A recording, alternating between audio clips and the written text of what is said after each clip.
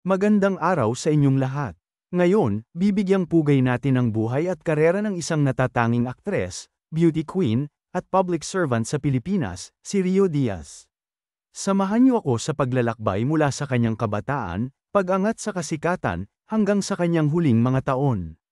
Dito sa Pinoy Wisdom.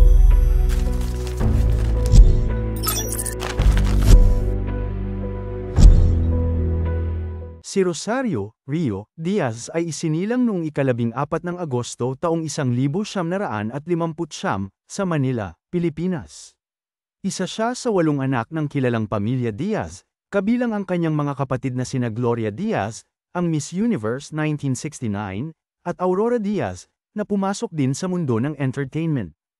Lumaki si Rio sa isang pamilyang may pagmamahal sa sining at kultura, na nagbigay inspirasyon sa kanya upang sumunod sa yapak ng kanyang mga kapatid. Nagsimula ang karera ni Rio Diaz sa showbiz noong dekada 70 bilang isang beauty queen. Naging kinatawan siya ng Pilipinas sa Miss Young International Pageant noong 1977 at naging semi-finalist. Ang kanyang kagandahan at karisma ay nagdala sa kanya ng kasikatan at nagbukas ng mga oportunidad sa mundo ng pelikula at telebisyon.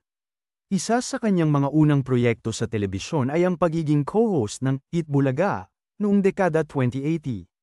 Ang kanyang likas na kagandahan at husay sa pag-host ay nagdala sa kanya ng mas maraming tagahanga. Sa pelikula, lumabas siya sa iba't ibang proyekto tulad ng Buhay Artista, 1979, at Haplos, 1982, kung saan ipinakita niya ang kanyang talento sa pag-arte. Si Rio Diaz ay nagkaroon ng maraming tagumpay sa kanyang karera bilang isang aktres, host, at public servant. Kilala siya sa kanyang mga papel sa pelikula at telebisyon, pati na rin sa kanyang dedikasyon sa serbisyo publiko. Ilan sa kanyang pinakatanyag na pelikula ay ang Kailan Tama ang Mali, 1986, at Bituing Walang Ningning, 1985, kung saan ipinakita niya ang kanyang husay sa pagganap. Bukod sa kanyang karera sa showbiz, naging aktibo rin si Rio sa politika. Nagsilbi siya bilang konsehal ng Pandan, Antique mula 1998 hanggang 2004. Sa kanyang termino, ipinakita niya ang kanyang pagmamalasakit sa kanyang mga nasasakupan at nagpatupad ng mga proyekto para sa ikabubuti ng kanyang komunidad.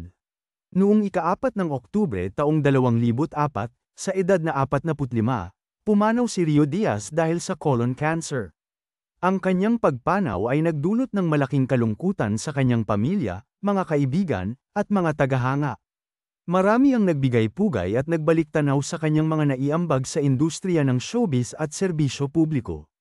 Ang pamana ni Rio Diaz sa larangan ng pelikula, telebisyon, at serbisyo publiko ay hindi malilimutan. Ang kanyang mga proyekto at mga aral sa buhay ay patuloy na nagbibigay inspirasyon sa mga susunod na henerasyon ng mga artista at public servants. At diyan nagtatapos ang ating pagtalakay sa buhay at karera ni Rio Diaz. Isa siyang tunay na bituin sa mundo ng pelikula, telebisyon, at serbisyo publiko, at ang kanyang mga kontribusyon ay hinding-hindi malilimutan. Maraming salamat sa inyong panunood.